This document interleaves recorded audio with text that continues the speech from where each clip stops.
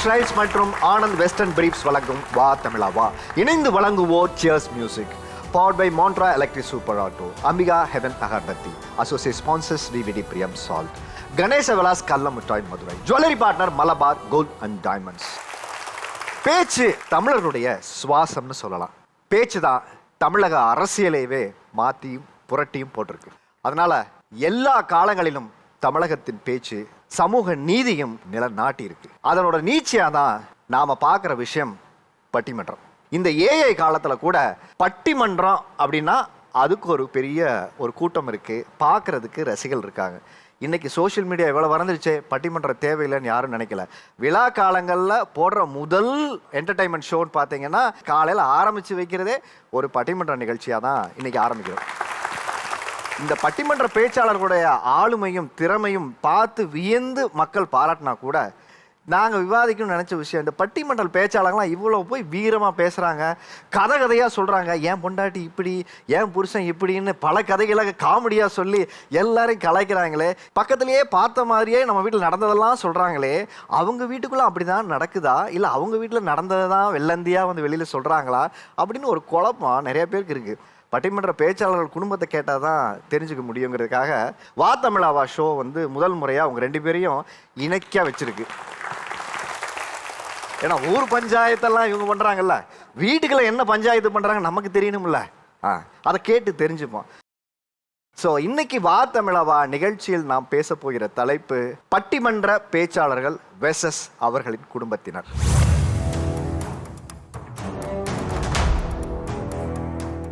பட்டிமன்ற தலைப்புக்குன்னு ஒரு opening ready பண்ணுவோம்ல, உங்க ஓப்பனிங் என்ன சொல்லுங்க. நான் என்றால் தமிழ்தான், என் நலம் என்றால் தமிழினம் பெறத்தான், வான்போல் வளர்க தமிழ்நாடு, என் வாழ்வும் சாவும் அதனோடு என்றுரைத்த கவிஞரின் அடிபணிந்து என்னுடைய பட்டிமன்ற உரையை ஆரம்பிக்கின்றேன். அடடா தமிழா எடடா படை நீ அடிமை விலங்கை உடைத்தெறி, இடடா ஆணை கொடடா சென்னீர் இனத்தை காப்போம் நாள்குறி, நடடா களத்தே எடடா கைவாள் நடவுன் பகைவன் தலைபறி, தொடடா போரை விடடா கணைகள் சுரடா எலட்டும் தீப்பொறி, நீ சுரடா எலட்டும் தீப்பொறி.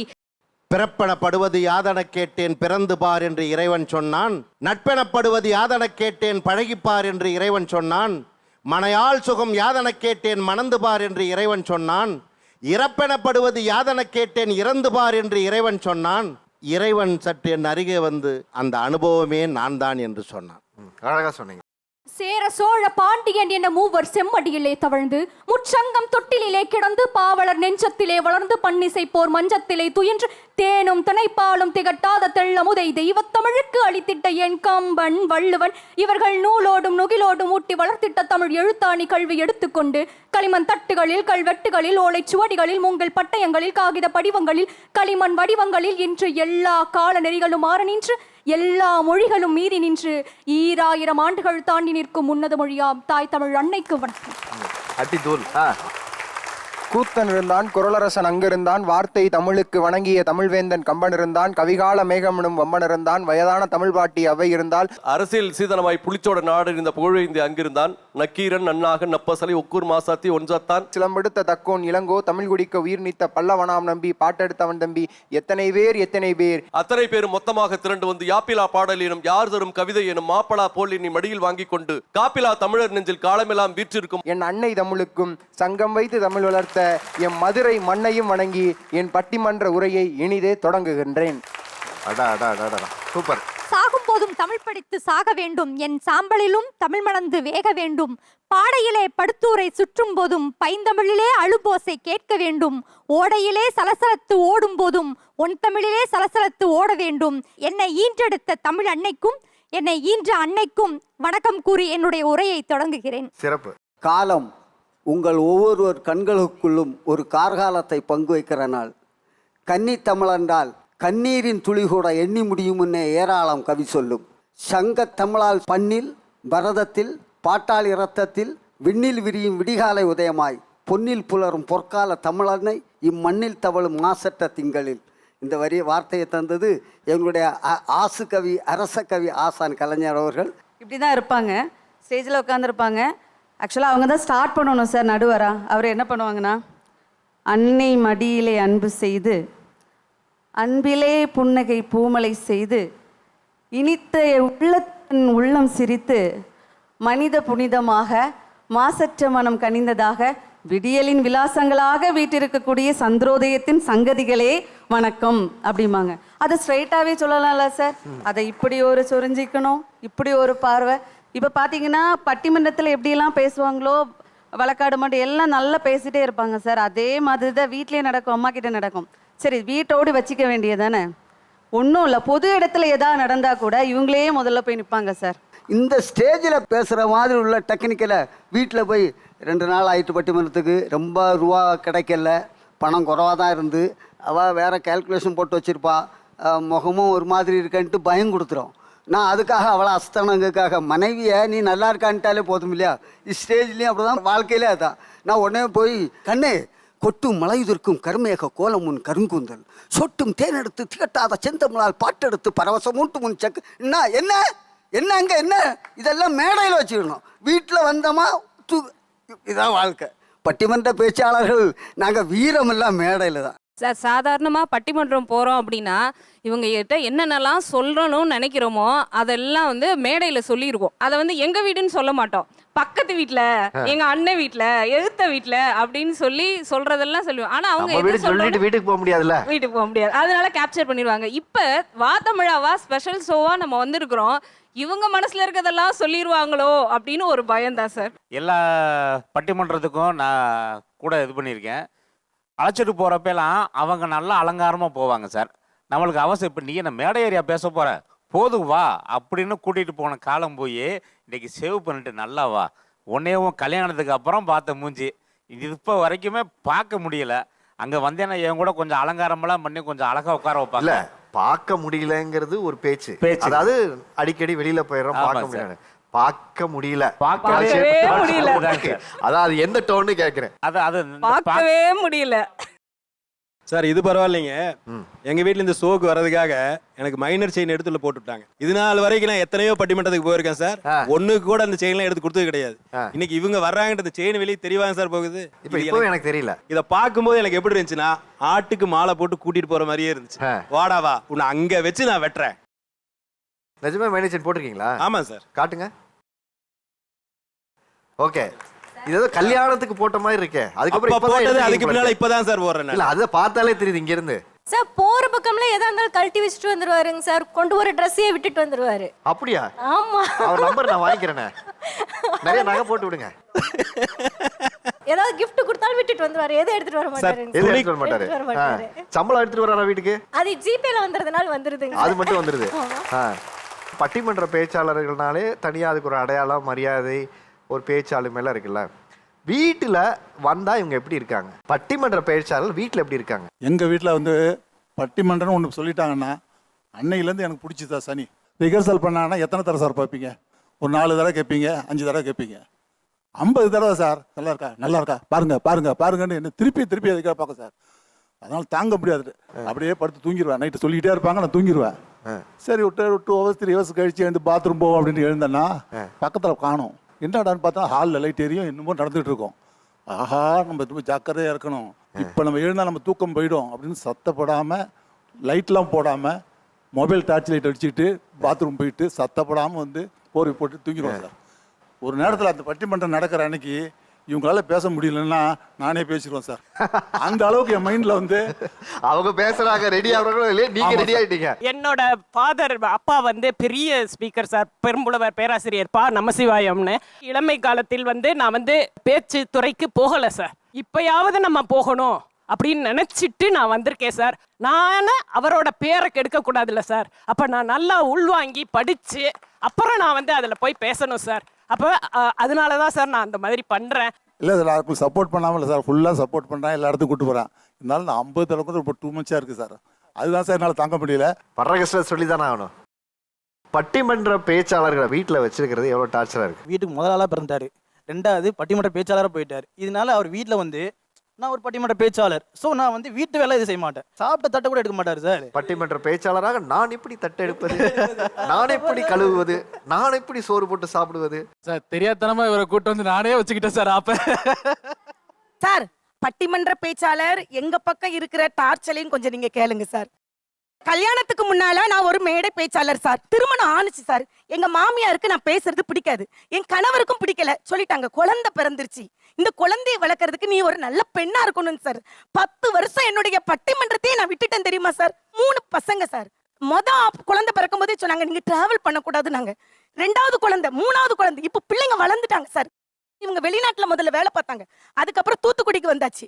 இப்போ நான் பட்டிமன்றம் பேசினா கொஞ்சம் வருமானம் பொருளாதாரம் இருக்குமே, நான் வெளியே போறேன் சார். ஆனா எங்க வீட்டுக்காரருக்கு பிடிக்கல. மேடையில கத்தி பேசுறேன் சார். வீட்டுல வாயை திறந்தா வாய முடு, வாய் பேசக்கூடாது, அமைதியா சொல்லு. அமைதியா பேச தெரியலையே சார். மைக்கு பிடிச்சே நாங்க பழகிட்டோமா. இப்ப கூட போன் வந்துச்சுன்னா, பட்டிமன்ற நிகழ்ச்சி வந்துச்சுன்னா எங்க வீட்டுக்காரர் முகம் இப்படி போயிரும் சார், சூம்பி போயிரும். இந்த மாதிரி கலைஞர் இருந்து எனக்கு போன் வந்திருக்கு, பட்டிமன்றத்துக்கு போகணும்னா எனக்கு உடம்பு சரியில்லை, உங்க அப்பாவை கூட்டு போ. உங்க அப்பா தான் இன்னைக்கு நாளைக்கு உடம்பு சரியில்லையா? இல்ல எனக்கு காய்ச்சல் தான், காய்ச்சலோட தான் வந்தேன். உங்க அப்பா தான் இன்னைக்கு நாளைக்குன்னு இருக்காரு, அவரை கூட்டு போ அப்படின்னு. அவரு சொல்லிட்டாரு, ஐயா ஆளை விடுங்க, நீங்க அவளை கூட்டு போனா போங்க, உங்க இஷ்டன்ட்டாரு. நம்ம இன்னைக்கு ஒரு நாள் மிஸ் பண்ணணும் வைங்களேன், வருஷம் ஃபுல்லா இதே சொல்லுவா, என்னுடைய வாய்ப்பை நீங்க கெடுத்துட்டீங்கன்னு சொல்லுவா. சரி, அதனால மாத்திரையை போட்டு அது 6 மணிக்கே அவங்க வர சொல்லிட்டாங்க. 6 மணிக்கே நிக்கணும்னோன்னே அதுக்கு கரெக்டா 5 மணிக்கு பஸ்ஸை பிடிச்சு கரெக்டா வந்தாச்சு. அதாவது பாடிக்கு என்ன ஆனாலும் பரவாயில்ல, உங்க வீட்டு லேடிக்கு எதாவது பிரச்சனை ஆயிடக்கூடாது. பத்திரமா வந்திருக்கீங்க. கல்யாணத்துக்கு அப்புறம் தான் தெரியும் பேச்சாளர்னு. 2வது குழந்தை பிறக்கும் போது அவளே என்கிட்ட கேட்டா, எனக்கு அதில் ரொம்ப இன்ட்ரெஸ்ட் உண்டு, நான் பட்டிமன்றம் போகிறேன்னா. சரின்னு சொல்லி பட்டிமன்றத்துக்கு அனுப்புனேன். முதல்ல அப்பா கூட தான் போய்கிட்டு இருந்தாப்புல. அப்பா வந்து என்கிட்ட ரொம்ப பெருமையாக சொல்லுவார், என் பொண்ணு இன்னைக்கு சூப்பராக பேசினா அப்படின்னு. நானும் சரின்னு சொல்லிட்டு ஒரு 8 தடவை போனேன். போனதெல்லாம் ஒரே பேச்சு தான். அரைச்ச மாவை அரைச்சிக்கிட்டே இருந்தாங்க. பட்டிமன்றத்தில் பேச ஆரம்பிச்சான்னு பார்த்தா மறுபடியும் வீட்டிலேயே பேச ஆரம்பிச்சிட்டா. இப்போ பார்த்தீங்களா, இவ்வளோ பெரிய செட்டிலேயே அவள் சவுண்டு எவ்வளோ சவுண்டு கேட்கு. 10க்கு 10 ரூமில் அப்போ எவ்வளோ சவுண்டு கேட்கும். நீ பேசுகிறதா இருந்தாலும் மெதுவாக பேசும்ப கேட்க மாட்டான். அதே மாதிரி பிள்ளைகளை பற்றி கேர் பண்ணவே மாட்டான். எல்லாருக்கும் சாப்பாடெல்லாம் இது பண்ணிட்டு போனா அதை பற்றி கேர் பண்ணவே மாட்டான். போயிடுவா. சொல்லி பார்த்தேன், கேட்கல. அதுக்கு வர பார்த்தேன், இவன் வீட்டில் இருந்தால் நமக்கு பிரச்சனை. பட்டிமன்றத்துக்கு போயிட்டான் வைங்களேன், அன்னைக்கு பிரியாணி வீட்டில் இவன் சொல்லிட்டு போவா, கடையில் பிள்ளைகளுக்கு எதுவும் வாங்கி கொடுத்துறாதீங்க, அது உடம்புக்கு கேடும்பா. சரிதாம்மா, நீ வீட்டில் இருந்தாதான் எங்களுக்கு கேடு, நீ போயிட்டு வையா நமக்கு ஜாலி அப்படின்ட்டு இப்போ அதை அப்படியே விட்டேன்.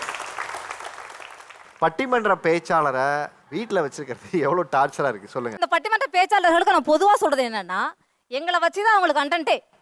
என் ஒய்ஃப் இப்படி, என் பொண்டாட்டி இப்படி, என் மாமியார் இப்படி, என் மாமனார் இப்படி, கட்டிட்டு பாவத்துக்காக என்ன வச்சு பேசலாம் ஓகே. ஆனா எங்க அப்பா, எங்க அம்மா, எங்க அண்ணன், தம்பி, அக்கா எல்லாரையும் வச்சு பேசுறது எந்த விதத்துல நியாயம்? உங்களை வச்சு என்ன மாதிரி கண்டென்ட்லாம் அவர் இது வரைக்கும் மேடையில் பேசியிருக்காரு? ஸ்கூட்டி எனக்கு வாங்கி கொடுத்துருப்பாங்களாம். அந்த ஸ்கூட்டியில போறப்ப என்னோட செப்பல் தான் தெரியுமா, வண்டி தெரியாதான். அந்த அளவுக்கு நாங்கள் ஸ்கூட்டி போவோமா. இதை விட என்ன நிறைய ஜோக்குங்க என்னை பத்தி என்னாலலாம் கேவலமா சொல்ல முடியுமோ அந்த அளவுக்கெல்லாம் எங்களை சொல்லி எங்களை அசிங்கப்படுத்துறதே இந்த பட்டிமன்ற பேச்சாளர்களோட மொத்தமான நோக்கமே இதுதான். அந்த ஜோக்கை நீங்க தெளிவா சொல்லுவீங்கன்னு நினைக்கிறேன். பொதுவா ஃப்ளைட்ல போகும்போது ஃப்ளைட் வந்து டேக் ஓவர் ஆயிடுச்சுனாக்க வெளியில இருக்கிற சக்கரம் வந்து உள்ள போயிடும். ஃப்ளைட்டில் லேண்டிங் ஆகுதுனாக்க வெளியில இருக்கிற சக்கரம் உள்ள இருக்கிற சக்கரம் வெளியில வரும். இப்போ ஒரு பொண்ணு ஸ்கூட்டி ஓட்டிட்டு போறாங்கன்னா அவங்க பிரேக் போடுறதை நீங்க நம்ம எப்படி தெரிஞ்சுக்கலாம்னு நினைக்கிறீங்க? இண்டிகேட்டர் எரியாது, கையெல்லாம் காட்ட மாட்டாங்க. உட்கார்ந்து இருக்கிற 2 காலை அந்த பக்கம் 2 அடி, இந்த பக்கம் 2 அடி நீட்டிக்கிட்டு காலு வெளியில வந்துச்சுன்னா முன்னாடி போற லேடி ஸ்கூட்டில பிரேக் போட போறாங்கன்னு அர்த்தம். 4 வருஷம் இருக்கும், பிரேக் ஷூ புதுசா இருக்கும். ஆனா வருஷத்துக்கு 4 செப்பல் வாங்கி கொடுப்போம் நாங்க. ஏன் தெரியுங்களா? பிரேக்குக்கு பதில் அந்த செருப்பு படுற பாடு இருக்கு பாருங்க. ரோட்ல போய் பாத்தீங்கன்னாக்கா அப்படியே நேரா ஒரு கோடு கிச்சா மாதிரியே இருக்கும். எங்க செருப்பு கடைக்கு அழைச்சிட்டு போனா, அன்னைக்கு அழைச்சிட்டு போயிருக்கேன், செருப்பு கடைக்கு அழைச்சிட்டு போயிருக்கேன். இருக்கிற எல்லா செருப்பையும் எடுத்து கீழே போட்டுட்டு இருக்காங்க. அது பிடிக்கல, அது பிடிக்கல, அது பிடிக்கலன்னு சொல்லிட்டு இருக்காங்க. கடைசியா ஒரு செருப்பை காட்டி how much this is chappal அப்படின்னு கேட்குறாங்க. அதுக்கு கடைக்காரர் சொல்றாரு, சாரி மேடம், இந்த செப்பலுக்கு விலை என்னன்னு எங்களுக்கு தெரியாது அப்படின்றாரு. ஒய் அப்படின்னு கேட்டா, இந்த செப்பலை தான் நீங்க வரும்போது போட்டு வந்தீங்க அப்படின்னு சொல்றாருன்னா, தான் போட்டு வந்த செப்பல் கூட எதுன்னு தெரியாத அளவுக்கு இருக்கிற ஷோகேஸ்ல இருக்கிற எல்லா செப்பலும் இறக்கி போட்டாக்கா அந்த கடைக்காரன் படுற பாட நான் வாழ்நாள் முழுவதும் பட்டுக்கிட்டு இருக்கிறேன். எங்களுடைய ஆனந்தத்தை நாங்க எங்க தான் போய் சொல்ல முடியும்னு நினைக்கிறீங்க? கிடைக்கிற ஒரே சந்தர்ப்பம் பட்டிமன்ற மேடை தான். பட்டிமன்ற பேச்சாளர்களை வீட்டில் வச்சிருக்கிறது எவ்வளோ டார்ச்சராக இருக்கு. எனக்கு கல்யாணமே 21 வருஷம் ஆச்சு சார். சொந்தக்காரங்க வரையும் போகிறான், அந்த பேச்சாளர் எப்படி இருக்காரு? எனக்கு காய்ச்ச, எனக்கு முடியல. வீட்டுக்கு வந்த விருந்தாடி என்னைய பக்கம் வந்தவங்க, அந்த பேச்சாளர் எப்படி இருக்காரு, நல்லா இருக்காரா அப்படின்னு சொல்லி அவனை தான் கேட்பாங்க. 2வது வெளியில் பயங்கரமாக பேசுவார் சார். இலக்கணம் இலக்கியம் ஏன் கேட்குறீங்க, அவர் பேச்சை சொல்லவே முடியாது. ஆனால் வீட்டில் வந்தால் எந்த வேலையும் பார்க்க மாட்டார். காலையில் 8:30 மணிக்கு காலேஜ் கிளம்புவார். பரபரப்பாக என் மனைவிக்கு நான் உதவி செய்வேன். ஐயோ சாப்பாடு எடுத்துக்கணுமே எல்லாமே கட்டுவேன். டேய் தம்பி குப்பை வண்டி இருக்குடா போடா போடா அப்படின்னா அதெல்லாம் ஒரு வேலை பார்க்க மாட்டார் சார் வீட்டில். ஸோ அதாவது எனக்கு வந்து ஒரு 21 வயசு ஆகுது. நான் வந்து இன்ஜினியரிங் படிச்சுட்டு இருக்கேன். எலக்ட்ரானிக் அண்ட் கம்யூனிகேஷன் துறையில் இன்ஜினியரிங் படிச்சுட்டு இருக்கேன். எனக்கு வந்து பட்டிமன்றம் ஆர்வம் வந்து எப்படின்னா தமிழ் ரொம்ப பிடிக்கும், தமிழ் பேச பிடிக்கும். அதனால் பட்டிமன்றம் ஆர்வம் வருது. இப்போ நான் காலையில் 8 மணிக்கு காலேஜ் கிளம்புனேன்னா சாயங்காலம் 4 மணிக்கு வருவேன். சாயங்காலம் 4 மணிக்கு வந்துட்டு திருப்பி பட்டிமன்றம் இந்த மாதிரி வாரத்தில் ஒரு நாள் ப்ரிப்பரேஷன் இருக்கும். அதுக்கு ப்ரிப்பேர் பண்ண இந்த மாதிரி அந்த டே அப்புறம் போயிடும். நான் வந்து ஒரு சாதாரண மேடை பேச்சு தான் பேசிக்கிட்டு இருந்தேன். அதுக்கப்புறம் எப்படிடா பட்டிமன்றம் பேசணும்னா ஒரு பட்டிமன்றம் ஃபஸ்ட்டு பேசினேன். அந்த பட்டிமன்றத்தை பார்த்து அக்கம் பக்கத்தில் இருக்கவங்க என்ன சொன்னாங்க, பாலாஜி மை இப்படி பேசுகிறான்டா, பாலாஜி மை இப்படி பேசுகிறான்டான்னு சொன்னாங்க. இதே இது ஒரு 2012 இருக்கும். எங்கள் அப்பா வந்து ஒரு பிஸ்னஸ் பிரிண்டிங் ப்ரெஸ் வச்சு ஒரு பிஸ்னஸ் பண்ணிக்கிட்டு இருந்தாங்க. அந்த பிஸ்னஸ் வந்து என்னென்னா ஒரு 25 லட்ச ரூபா கிட்ட லாஸ் ஆயிடுச்சு. அந்த ஆனப்போ யாருமே எங்கள் கூட வரல வைக்கல. அப்போ வந்து எங்கள் அப்பா வந்து ஐயோ பிஸ்னஸ் லாஸ் ஆயிடுச்சு இந்த மாதிரின்னு சொல்லி மருந்தை குடிச்சிட்டாங்க. அதுலேருந்து மீட்டு கொண்டு வந்தாச்சு.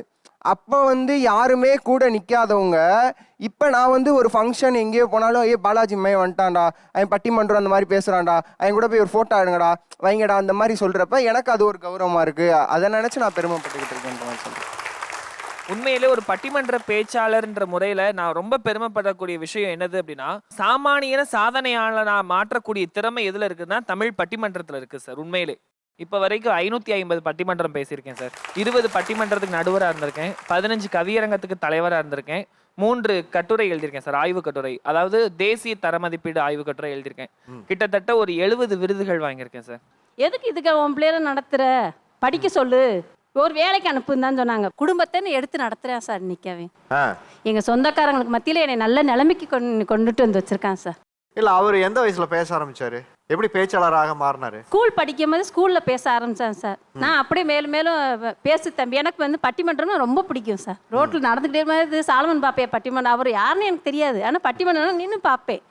அப்புறம் டிவியில் போடும்போது நின்று பார்ப்பேன். நிறைய மாதம் கர்ப்பிணியாக இருந்தேன் சார். லியோன் ஐயா சார் வந்து எங்கள் வீட்டுக்கிட்ட பட்டிமன்றம் நடத்துகிறாங்க. முடிவு வரைக்கும் நான் நின்று பார்த்துட்டு போனேன். என் பிள்ளை ஒரு நாளைக்கு இது மாதிரி வரணும், இன்னைக்கு இந்த மேடைக்கு வரணும்னு கும்பிடாத தெய்வம் கிடையாது சார். ஓ, நீங்க அப்பவே பேச்சாளராக வரணும்னு ஆசைப்பட்டீங்க? ஆமா, எனக்கு மேடை பேசணும் ஆசை தான். நான் வந்து சரியா படிக்காதவங்களை எடுக்க மாட்டாங்கன்னு நினைச்சிட்டு நான் போகல. என் பிள்ளைய கொண்டுட்டு வந்துடுறேன். எங்க வீட்டுக்காரங்க கவிதை இது எல்லாமே எழுதுவாங்க. அந்த ஒரு இது அவனுக்கு வந்துருச்சு சார். உங்களுக்கு என்ன வயசாகுது? 25 சார். இப்போ நீங்க ஒரு 550 பட்டிமன்றங்கள் பேசியிருக்கேன், ஒரு 70 எனக்கு விருதுகள் கிடைச்சிருக்கு, 3 ஆய்வு கட்டுரை வந்து எழுதியிருக்கேன், சர்வதேச அளவில் அந்த கட்டுரைக்கான விஷயங்கள் இதெல்லாம் நீங்கள் சொல்லும்போது உடனே நமக்கு என்ன தோணும் அப்படின்னா, என்ன இவருக்கு ஒரு 40 வயசு, ஒரு 45-50 வயசு இருக்குமோ, 550. அந்த கேள்வி நிறைய தடவை எனக்கு வந்திருக்கு சார். அப்போ ஒரு இடத்துல ரொம்ப இளமையிலேயே ஒரு பக்குவப்படக்கூடிய ஒரு கட்டாயம் சூழலும் நீங்கள் பட்டிமன்ற பேச்சாளர் ஆனதுக்கு அப்புறம் உங்களுக்கு அது ஆயிருக்கா? அப்படிலாம் இருந்தது இல்லை சார். எனக்கு வந்து பட்டிமன்ற பேச்சாளர் ஆனதுக்கு அப்புறம் ஒரு கலைக்குள்ள நம்ம அதை மிஸ் பண்றவங்க சொல்லுங்க. நம்ம சோகத்தை வெளியில சொல்ல முடியாது சார். பிகாஸ் ஏன்னு கேட்டீங்கன்னா, நம்ம வந்து ஒரு பேச்சாளர் ஆனதுக்கு அப்புறம் எந்த வாழ்க்கையை நீங்க மிஸ் பண்றீங்க அதை சொல்லுங்க. ஒரு புகைப்பிடிக்க முடியாது, ஏன்னா நம்ம மற்றவங்களுக்கு நம்ம சொல்லி ஆகணும். ஃப்ரெண்ட்ஸ் கூட போகிறோம், ஃப்ரெண்ட்ஸ் எல்லாம் மது அருந்துவாங்க. இப்போ ஒரு இளமை காலமாக இருக்கும், அந்த டைமில் வந்து நம்ம மது அருந்த முடியுமான்னு கேட்டேன்னா மது அருந்த முடியாது. ஏன்னா திடீர்னு நம்மளை பார்க்க வருவாங்க, திடீர்னு யாருக்காக நமக்கு அழைப்பு கொடுப்பாங்க. அந்த டைமில் வந்து நம்மளால் பேச முடியாது, இதெல்லாம் வெளியில் சொல்ல முடியாது. ஆனால் எங்களுக்கும் ஆசைகள் இருக்கும், மனுஷன் தானே. அதாவது நாகராஜன் சொல்லுவானே, மனுஷன்றவன் சல்லிப்பையன் தானே அப்படின்னு சொல்லுவான்ல. நம்ம எவ்வளவுதான் உயரத்தில் இருந்தாலும் சில சின்ன விஷயத்துக்கெல்லாம் ஆசைப்படுவோம் சார். அது எனக்கெல்லாம் ரொம்ப ஆசையாக இருக்கும். ஒரு நாள் ஃபுல்லாக அப்படியே வந்து இவங்கள மாதிரி ஒரு இயல்பான ஒரு வாழ்க்கை வாழணும், இந்த இளமையான ஒரு என்ஜாய் பண்ணணும். பீச்சில் வந்து ஒரு பியர் பாட்டில் வச்சுக்கிட்டு ஃபோட்டோ போட்டேன்னு வச்சிங்களேன், இவன் பாருங்க இவன் ஊரெல்லாம் பேசுகிறான், இவன் பியர் பாட்டில் வச்சுட்டு ஃபோட்டோ போடுறான். இப்போ பியர் பாட்டில் இருக்கிறது என்ன பாட்டிலெல்லாம் யோசிக்க மாட்டாங்க. எடுத்த உடனே பாட்டிலா, அது பியர் பாட்டில், ஓகே. அது இவன் பேசுகிறான், இவன் ஒழுக்கமா அப்படின்ற ஒரு கேள்வி நம்ம தாக்கிடக்கூடாது. அப்படின்ற ஒரு காரணத்துக்காக நம்ம இந்த சமூகத்தில் இருக்கோம், மரியாதையாக இருக்கும், அதை நம்ம காப்பாற்றிக்கணும். நம்ம தலைமுறையே சரியாக நடத்தணும்னு சொல்லிட்டு தான் வாழ்க்கையை நம்ம ஓடிக்கிட்டு இருக்கோம். அந்த தலைமுறைக்காக இது நான் இழந்தாலும் சந்தோஷமாக தான் இருக்குது சார். இப்போ உங்கள் வீட்டுக்காரர் சொன்னார்ல, நான் மேடை பேச்சாளராக மாறினதுக்கப்புறம், ஒரு பட்டிமன்ற பேச்சாளராக மாறினதுக்கப்புறம் என்னுடைய இயல்பு வாழ்க்கையை என்னால் நிறைய வாழ முடியல, எனக்கான சந்தோஷமான தருணங்கள் ஒரு எண்ணம் வரும்போது என்னால் ஒரு நார்மலாக இருக்க முடியல, மற்றவங்க செய்கிறத நான் செய்யும்போது அது எனக்கு ஒரு கேள்வியாக இருக்குன்னு சொல்கிறத நீங்கள் எப்படி பார்க்குறீங்க? நாங்கள் 8 இயர்ஸ் லவ் தான், பட் ஆனால் ரொம்ப ஸ்ட்ரகிள் பண்ணி தான் மேரேஜ் பண்ணிக்கிட்டோம். அதுக்கப்புறமேட்டாவும் நான் ரொம்ப ஸ்ட்ரகிள் பண்ணேன் சார். நைட் டைமில் இருக்க மாட்டார், ரொம்ப கஷ்டமாக இருக்கும். எல்லா ஃபங்க்ஷனுக்கும் நான் தனியாக மட்டும்தான் போயிட்டுருக்கேன். மாப்பிள்ளை என்ன வேலை செய்கிறாருன்னு சொல்கிறதுக்கே கொஞ்சம் கஷ்டமாக இருந்தது. எதனால? பேச்சாளர் இதை மட்டும் வச்சுமே நீங்கள் என்ன பண்ண போகிறீங்க அப்படின்னு சொல்லிட்டு. ஆனால் அவர் பர்சனலாகவும் ஒர்க் பண்ணுறாரு, அதை யாரும் கன்சிடர் பண்ண மாட்டாங்க. 8 வருஷம் என்னுடைய இது காதல்னே. அவங்க கல்லூரிக்கு ஒரு சிறப்பு விருந்தினராக நான் போகிறேன். அந்த இடத்துல தான் எனக்கு காதல் வருது அவங்க மேலே. அப்படி இருக்கும் பொழுது பொண்ணு கேட்குற அவங்க வீட்டில் சொல்கிறேன், நம்ம 2 பேரும் காதலிச்சிருக்கோம், நீ வீட்டில் சொல்லி அனுமதி வாங்க அப்படின்னு சொல்கிறேன். மாமியார் சொல்கிறாங்க, என்ன பண்ணுறாரு மாப்பிள்ளை? பேச்சாளராக இருக்காரு. பேச்சாளராக இருக்காரா? பேசிய மாய்க்கிட்டாரா அப்படின்னு கேட்குறாங்க. அப்போ எனக்கு என்ன புரியலன்னா, இந்த சமூகம் கொடுத்த மரியாதை ஓகே, இத்தனை மேடைகள் பேசியிருக்கேன், ஒரு 20 வருஷமாக பேச்சாளராக சின்ன வயசுலேருந்தே பேசிகிட்டு இருக்கான், சூப்பர்ரா வாழ்த்துக்கள்ரா அப்படின்னு சொல்லிட்டு போயிடுறாங்க. ஆனால் பொண்ணு கொடுக்குறப்போ பொண்ணு கொடுக்க மாட்டாங்க. அதுதான் ஏன்னு தெரியல. உடை கட்டுப்பாடுங்க சார். உடை கட்டுப்பாடு சொல்லுங்க. இப்போ பட்டிமன்றம் பேச்சாளரா நம்ம நல்ல ஒரு புடவை கட்டி பூவெல்லாம் வச்சுட்டு இருப்போம். அதே சமயம் நம்ம ஒரு வளையல் போடாம, பூ வைக்காம, ஒரு ஜீன்ஸ் பேண்ட், ஒரு டிஷர்ட் போட்டு ஒரு போட்டோ போட்டா கூட பட்டிமன்றத்துல பார்த்தா குடும்ப குத்து விளக்கா இருந்து பேசுறாங்க, இங்க வந்து பார்த்தா ஜீன்ஸ் போட்டுட்டு இருக்காங்க. அப்படிங்கிற அந்த உடை கட்டுப்பாடு வந்து இருக்கு. எங்கேயாவது போட்டுட்டா என்ன ஆகும்? இந்த மாதிரி என்னென்ன சின்ன சின்ன விஷயங்கள் பிரச்சனைகளை நீங்க சந்திக்கிறீங்க? நம்ம ஊருக்குள்ளேயே ஒரு கொஞ்சம் பேர் கூட சுத்திட்டு இருப்போம்ல, அவங்களாம் ஏதாச்சும் ஊர் திருவிழானா போவாங்க. அங்கே பாரு அந்த பையன் நல்லா இருப்பான்னு அவங்க பேசிகிட்டு இருப்பாங்க. நான் ஏதாச்சும் பேச போனால், நீ சாதிக்க வேண்டியது இன்னும் எவ்வளோ இருக்குடி, நீ ஏன்டி இப்படி பண்ணிட்டு இருக்க அப்படின்வாங்க. அதுக்கப்புறம் எங்கள் தாத்தா பாட்டி கூடலாம் உட்காந்து பேசும் போது அவங்க கிட்ட கதை கேட்போம்ல, அப்படி கேட்கும்போது எங்கள் தாத்தா, உனக்கு தெரியாத கதையாமா, நீ தான் நிறைய கதை சொல்றல, நீ சொல்லு அப்படின்ற அந்த ஒரு இது மூமெண்ட் எல்லாம் உங்களுக்கு தெரியுங்கிற மனோபாவத்துக்கு அவங்களே இது பண்ணிக்கிறாங்க, அவங்களே அதை வந்து வளர்த்துக்கிறாங்க. உங்க வயசுக்கான ஆசாபாசங்கள் வந்தாலும் தள்ளி போடுங்க, அதெல்லாம் நீங்க ஒரு இடத்துல ரியாக்ட் பண்ணாதீங்கங்கறாங்க. பாசமா போறேன் அப்படின்னா கூட அதை வந்து எப்படி சொல்றதுன்னா ரொம்ப மெச்சூரா நினைச்சுக்கிறாங்க. ஆனா எனக்கு தெரியும், நான் இன்னும் குழந்தையா தாங்க இருக்கேன். இப்போ நான் இன்ஸ்டாகிராமில் என்னோட ஃபோட்டோ எடுத்து போட்டு, ஹே கிரேசி பெண்ணே அப்படின்னு நான் ஒரு சாங் வச்சு போட்டா, நீ பட்டிமன்ற பேச்சாளர், தமிழ் பேச்சாளர், எப்படி நீ இந்த சாங் எல்லாம் கேட்குற அப்படின்னு. 20 வயசு ஆகுது, அண்ணா யூனிவர்சிட்டியில் படிச்சுட்டு இருக்கேன். பசங்க எல்லாம் இப்போ என்கிட்ட ஒரு கொஞ்சம் சர்க்கிள் ஆஃப் ஃப்ரெண்ட்ஸ் தான் இருக்காங்க. அதுவே எனக்கு ஒரு பெரிய கேள்வியாக இருக்குது. கொஞ்சம் சர்க்கிள் ஆஃப் ஃப்ரெண்ட்ஸ் கிட்ட ஃபஸ்ட்டு நீங்கள் என்னை பற்றி என்ன நினச்சிங்க அப்படின்னா, உன்னை பற்றி நாங்கள் கொஞ்சம் டெரர், வாயாடி அப்படின்னு தான் நினச்சோம், உங்ககிட்ட நெருங்கலாமா அப்படின்னு நினச்சோம். அப்புறம் பேசும்போது தான் தெரியுது உன்னோட சுபாவும் கொஞ்சம் ஜோக்கர் மாதிரி தான் இருப்ப போல அப்படின்னு என் ஃப்ரெண்ட்ஸ் எல்லாம் சொல்லும் போது எனக்கு ஒரு இது பெரிய கேள்விக்குறி. பேச்சாளர்னா டெரராக தான் இருப்பாங்க, அது பட்டிமன்ற பேச்சாளர்னா விவாதமாகவே இருப்பாங்க, இவங்க கிட்ட நெருங்கலாமா அப்படிங்கிற ஒரு இயல்பு தன்மையோட பேச மாட்டாங்கங்கிற ஒரு பிம்பம் இருக்கு. அதேதான் என்கிட்ட வந்தாங்கன்னா என்ன மரியாதைலாம் நான் ட்ரீட் பண்ணல. உங்களுக்கு லவ் எல்லாம் வந்து ப்ரொபோஸ் பண்றாங்களா? நான் ஸ்கூல் டைம்ல இருந்து பேசிட்டு இருக்கேன். ஸ்கூல்லேயே வந்து எல்லாரும் ரோஜா பூ எடுத்துட்டு டைரி மில்க் எடுத்துட்டு சுத்துவானுங்க. இந்த வேலண்டைன்ஸ் டே வந்ததுன்னா, நானும் தானடா பொண்ணா இருக்கேன், நானும் தானே ஸ்கூல்ல எல்லாம் படிக்கிறேன், எவனும் என்கிட்ட நெருங்க மாட்டேங்கிறீங்களேடா அப்படின்னு பார்த்தா அது வந்து இதுதான் காரணமா நினைச்சிட்டு இருக்காங்க போல. மைக்க எடுத்தாலே அருவாவை தூக்குற மாதிரி பாக்குறாங்க. நான் சின்ன வயசுல திக்குவாயா இருந்தேன். திக்குவாயா இருந்து இன்னைக்கு நான் பேச்சாளரா உட்காந்துருக்கேன் அப்படின்னா அங்க உட்காந்துருக்கேன் எங்க அப்பா தான் காரணம். ஏன்னா வந்து என்னோட குறைய நிறையா பார்க்கணும்னு ஆசைப்பட்ட மனுஷனை வாத்தமிழாவால் எனக்கு கூப்பிட்ட உடனே எனக்கு என்ன தோணுச்சுன்னா, அப்பா மரசிற்ப தொழிலாளி, அவர் வந்து எப்பயுமே மர தூசியோட தான் மேலெல்லாம் இருப்பார். காலேஜுக்கு அழைக்க வரும்போதும் இல்லை ட்ராப் பண்ணும்போதும் அந்த மர தூசியோடவே வருவார். இன்னைக்கு எங்கள் அப்பா வேட்டிலாம் கட்டி சட்டெல்லாம் போட்டு காப்பு மோதிரெல்லாம் போட்டு எங்கள் அப்பாவை உட்கார வைக்கணும் அப்படின்னு ஆசைப்பட்டேன். அது இன்னைக்கு நிறைவேறிடுச்சு. ரொம்ப சப்போர்ட்டிவ் எங்கள் வீட்டில். முத அவள் 5th ஸ்டாண்டர்டில் வந்து நேரு வேஷம் போட்டு மைக் பிடிச்சி பேசினான், சாச்சா நேரு அப்படின்னு சொல்லிட்டு. அதுக்கப்புறம் அப்படியே அதிலேருந்து ஒரு 7வது 8வதுலாம் வந்து எந்த மேடை பேச்சு போட்டினாலும் என் வேலையெல்லாம் விட்டுட்டு அவளை கூட்டின்னு வர்றது தான் என்னுடைய முதல் வேலையாக பார்ப்பேன் நான்.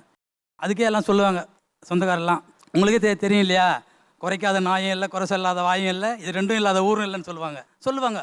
படிப்பை விட்டுற போகிறா, பொம்பளை ஃபுல்லாக படிக்கட்டும் அப்படின்னு. அவளுடைய வேலையில் கரெக்டாக இருந்தா.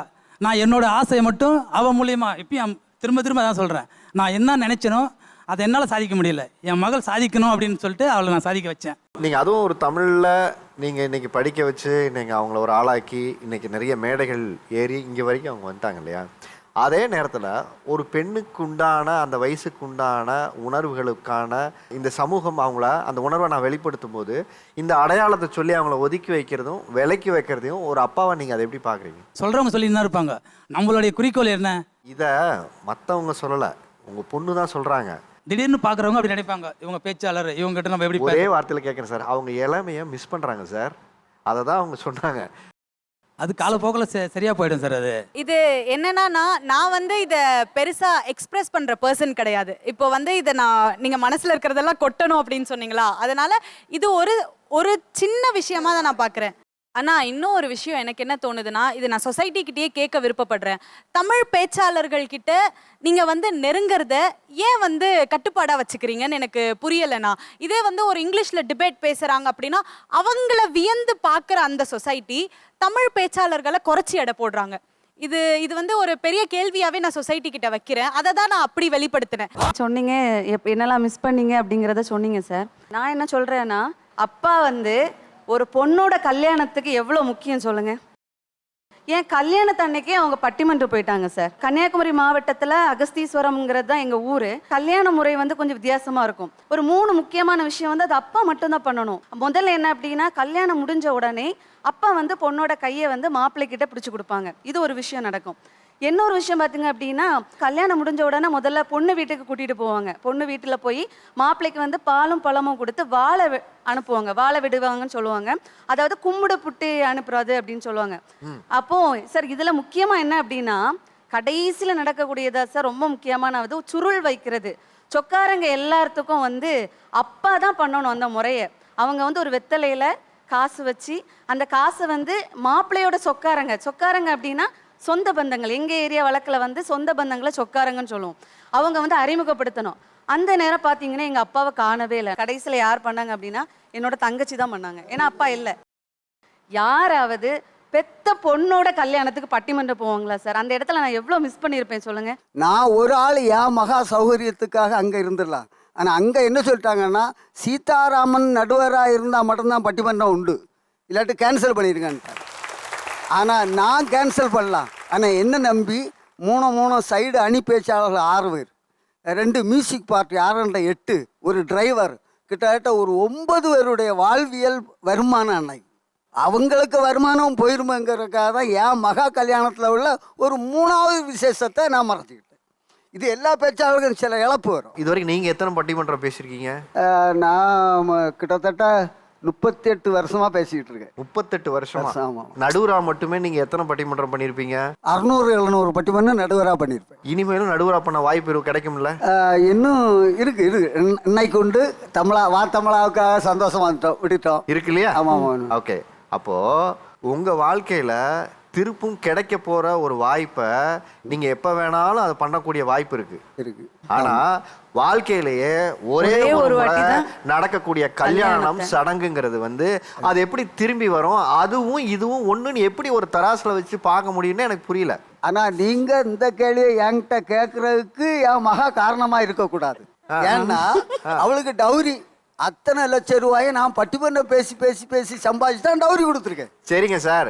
இப்ப நான் அவன் என்ன நினைக்கணும், எனக்கு வாழ்க்கை கொடுத்த அப்பாவுக்கு பட்டிமன்றம், அதனால நமக்கு கல்யாணம் முடிஞ்சு அப்பா போயிட்டு. சீதாராமன் ஐயா, நீங்க கொடுத்த டவுரியை இப்ப நான் அந்த மேடல் திருப்பி கொடுக்குறேன். நடந்த கல்யாணத்தை திருப்பி நீங்க போய் நடத்திட்டு வாங்க. நான் இப்படி உட்காந்துருக்கேன். நீங்க செய்ய வேண்டிய செய்முறைய மறுபடியும் அந்த வருஷத்துக்கு போய் நீங்க செஞ்சுட்டு வாங்க. நான் பண்ணது குற்றம் தான். ஆனா அந்த தப்பு செஞ்சது பிரச்சனை இல்ல, அந்த தப்பை திருப்பி நியாயப்படுத்துறது இருக்குல்ல, பேச்சு திறமையினால உங்களுக்கு நல்லா பேச வரும். நீங்க எது சொன்னாலும் இந்த உலகம் வந்து உங்க பேச்சை கேட்டுக்கும் நம்ம நினைச்சிட்டு அதை வீட்டுல நம்ம பிள்ளைங்களுக்கும் செய்யறது இருக்குல்ல, நம்ம மனைவிக்கும் செய்யறது இருக்குல்ல, அதுதான் தப்பு. உண்மையிலே சொல்ல போனா பட்டிமன்ற பேச்சாளர்கள் வந்து மற்றவங்களை வந்து சிரிக்க வச்சிருக்கோம், சிந்திக்க வச்சிருக்கிறோம்.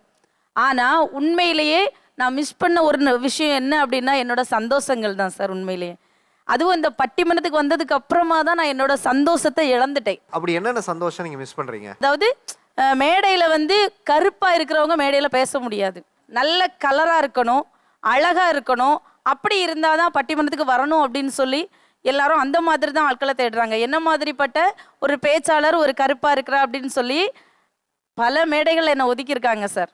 நான் கஷ்டப்பட்ட காலத்துல எல்லாம் எனக்கு துணையாக இருந்ததும் இந்த பட்டிமன்ற மேடை தான்.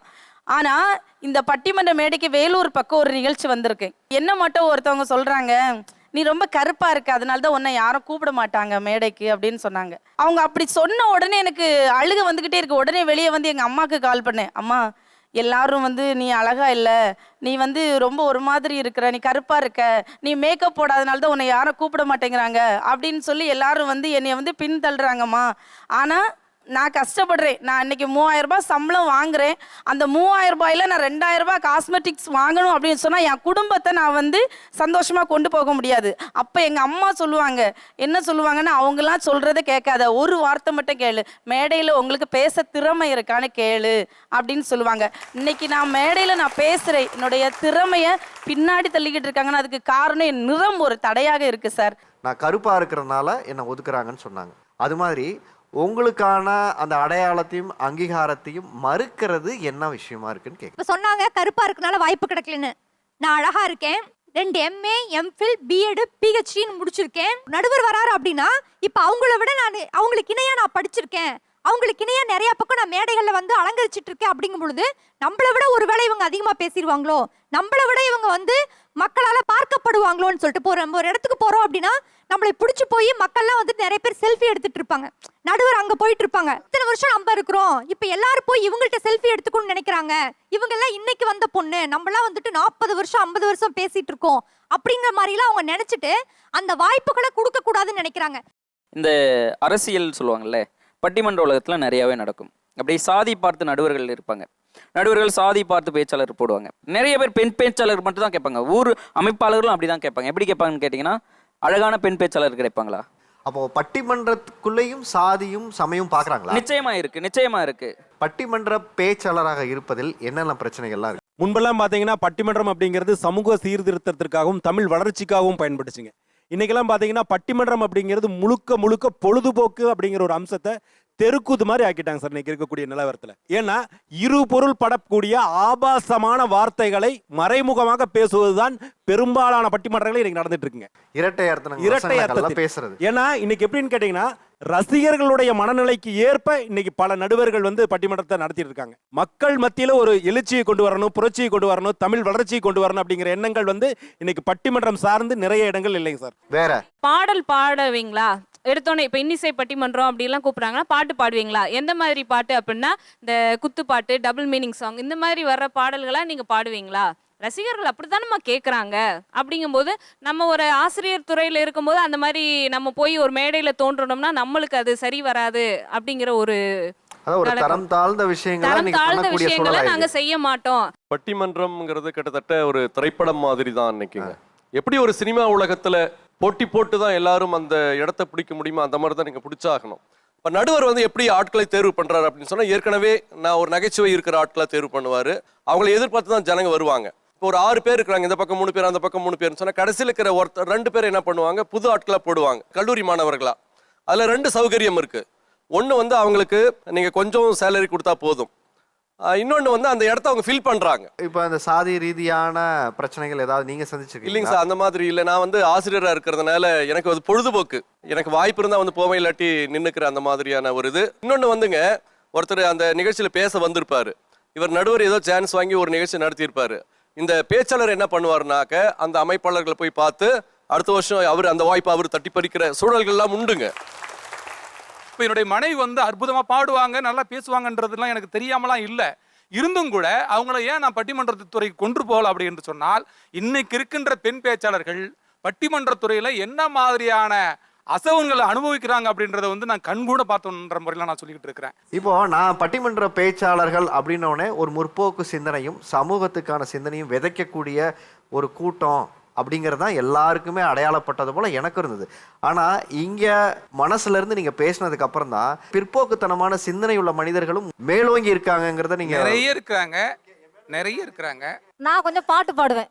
அதாவது நான் வந்து பாத்ரூம் சிங்கர்னு சொல்லல, ஒரு கிச்சன் சிங்கர்னு வச்சுக்கோங்களேன். நான் வந்து உங்கள்கிட்ட ஒரு பாட்டு பாடுறேன். என்றும் சிலையான உன் தெய்வம் பேசாதையா, சருகான மலர் மீண்டும் மலராதையா, கனவான கதை மீண்டும் தொடராதையா, கனவான கதை மீண்டும் தொடராதையா, அன்பான அவளோடு மகிழ்வாயையா, என்னை யார் என்று எண்ணி எண்ணி நீ பார்க்கிறாய், இது யார் பாடும் பாடல் என்று நீ கேட்கிறாய், என்னை யார் என்று எண்ணி எண்ணி நீ பார்க்கிறாய். நான் அந்த பாடுறேங்கய்யா.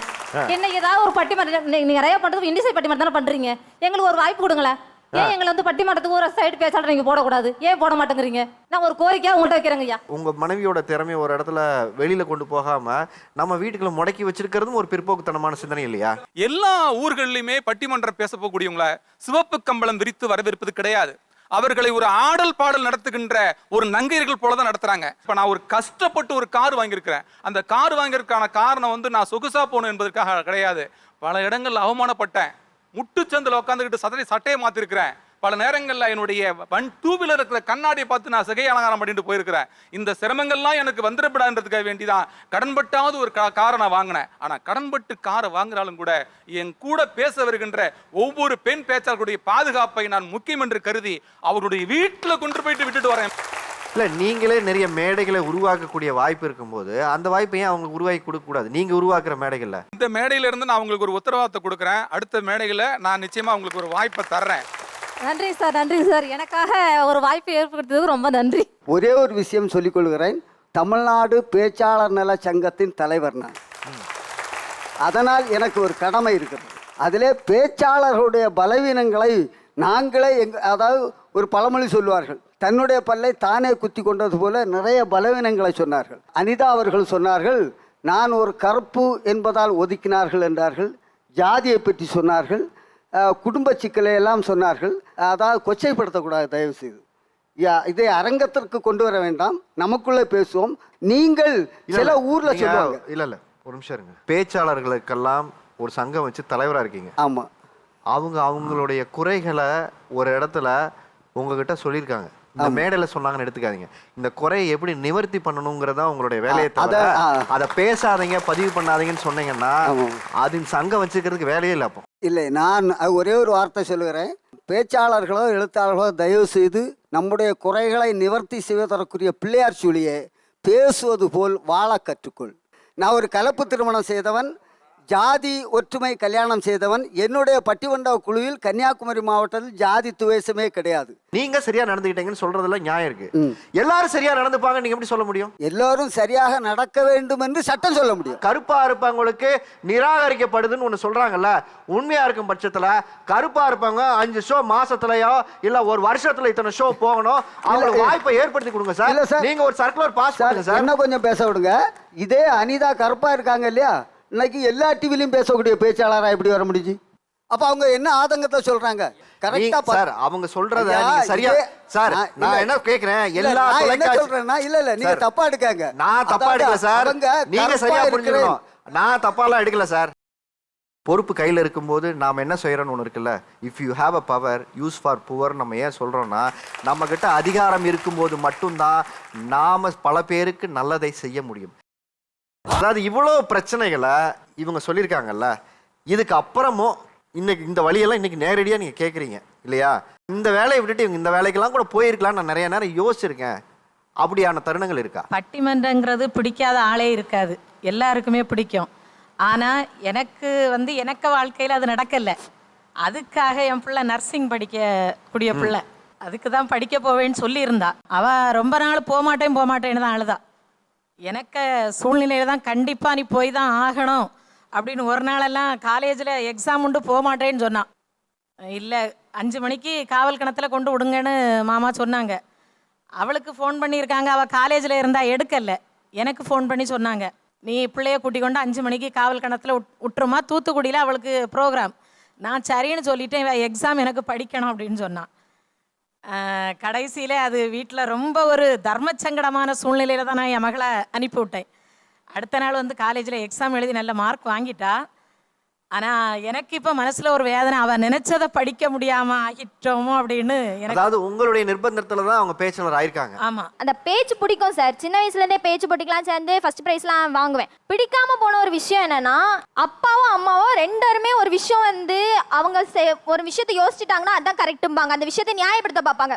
இப்போ நான் போய் பா இல்லைப்பா இது நீங்கள் பண்ணுறது தப்பு தான் அப்படின்னு சொன்னால் அந்த விஷயத்தை நியாயப்படுத்துவாங்க. உன் பேச்செல்லாம் நீ வெளியோட நிறுத்திக்கோ, வீட்டுக்குள்ள நாங்கள் என்ன சொல்கிறோமோ நீ அதான் கேளும்பாங்க. அப்போ ஏன் சார் என்ன வெளியே போய் பேசுங்கிறாங்க, வீட்டுக்குள்ள முட்டுக்கட்ட வைக்கிறாங்க. பேசாத, நீ அமைதியா இரு. எதை சொன்னா அமைதியா இரு, நீ ஏன் பேசுற, பொம்பளை பிள்ளைட்ட அமைதியா இரு அப்படிம்பாங்க. வெளியே போய் பேசுங்க. நான் எப்படி சார் நம்ம வாழ்றது ஒரு கிராமத்துல வாழ்றோம் சார், அதுக்கு தகுந்தவாறு தானே சார் நம்ம நடக்க நான் முடியும். அதையும் நிறைய வாட்டி சொல்லியாச்சு. உங்க பொண்ணு ரொம்ப தெளிவா இருக்கு. இந்த மாதிரி கேள்வி கேட்கிற குழந்தைங்க தான் ரொம்ப முக்கியமா இந்த நாட்டுக்கும் தேவை, வீட்டுக்கும் தேவை. தப்பு சரி என்பதை பெற்றோர்கள் கிட்ட சொல்ற அளவுக்கு பக்குவம் ஒரு குழந்தைக்கு வந்துருச்சுனாலே நீங்க கேட்டுக்கணும். உங்களோட கருத்தை எடுத்து சொல்லணுமே தவிர வாய் அடைச்சு சொல்றது இருக்குல்ல, வெளியில போய் பேசுறதுக்கு மட்டும்தான் நாம சரி போல இருக்கு, வீட்டில் சொல்றதை நம்ம ஏத்துக்கலைன்னா அப்ப எங்கேயோ தப்பா இருக்குமோ. உள்ளுணர்வு என்ன சொல்றோம், நம்ம தப்பா இருக்கிறனால அம்மா ஏத்துக்கலையோ, நம்ம தப்பா சொல்றதுனால அப்பா ஏத்துக்கலையோ, அப்ப நாம ஏதோ தப்பா சிந்திக்கிறோமாங்கிற டவுட் வந்துருச்சுன்னா வெளியில போய் அந்த குழந்தைங்களால சாதிக்கவே முடியாது. உன் அறிவுத்தனத்தை என்கிட்ட காட்டாதுன்னு சொல்றதுக்குல்ல, குழந்தை அறிவாகிறது தான் 10 பேர்கிட்ட முன்னாடி தயார் பண்ணி இல்லையா, 10 பேப்பர்ல எழுதி தயார் பண்ணி 100 பேர் 1000 முன்னாடி நிப்பாட்டுறோம். ஆனா அங்க போனதுக்கப்புறம் அங்க பேசுறது சரி, வீட்டில் பேசுறது தப்புன்னு சொன்னோம்னா அப்ப நாமளே புரிதலோட இல்லாம இருக்கோம் தான் அர்த்தம். குழந்தைகளை வளர்க்கறதுல சுத்தி இருக்க சமூகமும் சொந்த பந்தமும் இவங்க பேசாளராக அங்கீகரிக்கப்பட்டு மரியாதை கிடைச்சா கூட, பட் இன்னொரு பிரச்சனையை நம்ம மேலே தூக்கி வைக்கிறது இருக்குல்ல, இன்னொரு விமர்சனத்தை நம்ம மேலே வைக்கிறது இருக்குல்ல, அதெல்லாம் தான் என்னன்னு கேட்குறேன். ஒரு கணவராக கீழே இருந்து அவங்க மேடையில் பேசும்போது இங்கே என்னென்ன கமெண்ட் எல்லாம் போகும் அப்படிங்கிறத காதால் கேட்டவங்க சார். ஆண்டி அழகாக இருக்கு, பேச விட்டு வேறு விஷயத்துக்கு போனால் இன்னும் சூப்பராக இருப்பாங்க அப்படின்னு ஒருத்தர் பேசுவார், மார்க் போடுவானுங்க சார். என்கிட்ட சொல்லியிருக்காங்க சார், உன் தங்கச்சி காஸ்டியூமுக்கும் மேக்கப்புக்கும் செலவு பண்ண இதை வச்சா ஒரு வீடே கட்டியிருக்கலாம் அப்படின்வாங்க. அந்த அளவுக்கு வேஸ்ட் பண்றாங்க, அந்த அளவுக்கு வேஸ்ட் பண்றாங்க அப்படின்ற என்ன மாதிரியான பிரச்சனைகளையும் அவமானங்களையும் சந்திக்கிறீங்க? சொந்த பந்தம் அத்தனை பேருங்க சார். இவன் பட்டிமன்றத்துக்கு போறானே, என்னத்தை கொண்டு வரான், ஒழுங்கா பொழப்ப பார்க்க சொல்லு, பட்டிமன்றம்னு பொழப்ப விட்டுட்டு பிள்ளைகளையும் உன்னையும் நடுத்தர நிறுத்திடுவானா அப்படிங்கிற மாதிரி நிறைய பேசுறாங்க சார். அவள் ஒரு பக்கம் நைட்டு பேக் மாட்டிட்டு அவள் ஒரு பக்கம் போயிடுறா, நீ ஒரு பக்கம் நைட்டு வேலைன்னு போயிடுறீங்க, பிள்ளையை தெருவில் விட்டுறீங்க அப்படிங்காங்க. பிள்ளைங்க ஆனால் நம்ம மாமியார் வீட்டில் தான் விட்டு போவோம், ஆனால் பேசுறது வந்து நம்ம காதல் பிள்ளையை பேத்து தெருவில் விட்டாங்க அப்படிம்பாங்க. என்னெல்லாம் வெளியில பேசுறாங்கிறத நீங்க கேட்டிங்களா? ஒரு பக்கம் நம்மளை மதிச்சு வேலை கொடுக்குறாங்க, நம்மளை நிகழ்ச்சி கூப்பிட்றாங்க, பாராட்டுறாங்க. ஆனால் நீங்கள் இதை கேட்டதுக்கப்புறம் இந்த துறையில் இருக்கணும்னு நினைக்கிறீங்களா, தொடரணும்னு நினைக்கிறீங்களா, இல்லை அது வேணாம்னு நினைக்கிறீங்க? ப்ரொஃபஷனல் வேறு, பேஷன் வேறு. என்னுடைய பேஷன் வந்து என்னுடைய மொழியை வளர்க்குறதுக்கு உதவுது, அந்த மொழியை வளர்க்கறதுனால நான் மகிழ்ச்சியாக இருக்கேன். ஸோ இது பேஷன் தான்ன்றதுனால இது பிரச்சனை கிடையாது. உச்சி மீது வானிடிந்து வீழுகின்ற போதிலும் விடுவதென்பது இல்லையே. தொடர வேண்டும் என்று நினைக்கிறேன் சார். ஜாதியத்தை நினைத்து இவர்களை மட்டும் மேடைக்கு அழைக்க வேண்டும் என்று நினைக்கிறவர்கள் அவர் முகத்திலே கரி பூச வேண்டும். என்னாலும் உயர முடியும், மொழி எனக்கும் இருக்கிறது என்று நான் வளர வேண்டும் என்று நான் தொடருவேன். சொந்தக்காரவங்க எல்லாம் சாபக்கேடு திக்கி பேசுறான்னு சொன்ன இடத்துல எங்க அப்பா கிட்ட வந்து உன் பொண்ணு வரப்பிரசாதம்னு சொல்ல வச்சது என்னோட பேச்சு, என்னோட மைக்கு. இதனால நான் எதுக்காகவும் இந்த பேச்சை விட்டு கொடுத்துட மாட்டேன், மேடையை விட்டு கொடுத்துட மாட்டேன். நானும் தொடரும் என்றே நினைக்கிறேன். ஏனென்றால் ஒரு சமூக விடியலுக்குரிய மாற்றத்தை தருவது பல ஆயுதங்களில் பேச்சாற்றல் என்பது மிகப்பெரிய ஆயுதம். அந்த பேச்சாற்றல் மூலம் நாட்டையே ஆண்டிருக்கிறார்கள் என்பது கண்கூடாக கண்ட சான்று. எனவே அப்படிப்பட்ட ஒரு மிகப்பெரிய ஆயுதம் பேச்சாற்றல். பேச்சாளர்கள் எப்படியும் இருக்கட்டும், அவர்களுடைய பேச்சு இந்த சமூகத்தை ஒரு விடியலுக்குரிய விலாசத்தை எழுதும் என்று எல்லோருடைய சார்பிலே ஒரு நம்பிக்கையை கூறி மீண்டும் இந்த பேச்சு தொடரும். மொழி ஆளுமை உள்ள மனிதர்கள் ஒரு சமூகத்தில் குறைஞ்சு போயிட்டாங்கன்னா அந்த மொழியே அழிஞ்சு போயிடும். நீங்கள்லாம் இப்படி ஒரு சூழல் வரும்போதும் இவ்வளோ அவமானங்கள் வந்தால் கூட நாங்கள் இன்னும் தொடருவோம்னு சொன்னதுக்காக உங்களுக்கு ஒரு பெரிய ராயல் சல்யூட். சிறப்பாக பேசியவர்களுக்கு சிறப்பு பரிசு கொடுக்கும் நேரம் இது. ஏஎஸ்டி மைக்கிட்ஸ் வழங்கும் உங்களுக்கான ஒரு கிஃப்ட் ஹேம்பர்மா. ட்ரைமி பப்பட் வழங்கும் உங்களுக்கான ஒரு gift hamper sir. Diamond pressure cooker வழங்கும் உங்களுக்கான ஒரு கிஃப்ட் ஹேம்பர். ஏஎஸ்டி மைக்கிட்ஸ் வழங்கும் உங்களுக்கான ஒரு கிஃப்ட் ஹேம்பர்மா. டைமண்ட் ப்ரெஷர் குக்கர் வழங்கும் உங்களுக்கான ஒரு கிஃப்ட் ஹேம்பர். தேங்க்யூ. மீண்டும் ஒரு நல்ல தலைப்பில் உங்களை சந்திக்கும் வரை உங்களிடமிருந்து விடைபெறுவது உங்கள் ஆரி அர்ஜுனன்.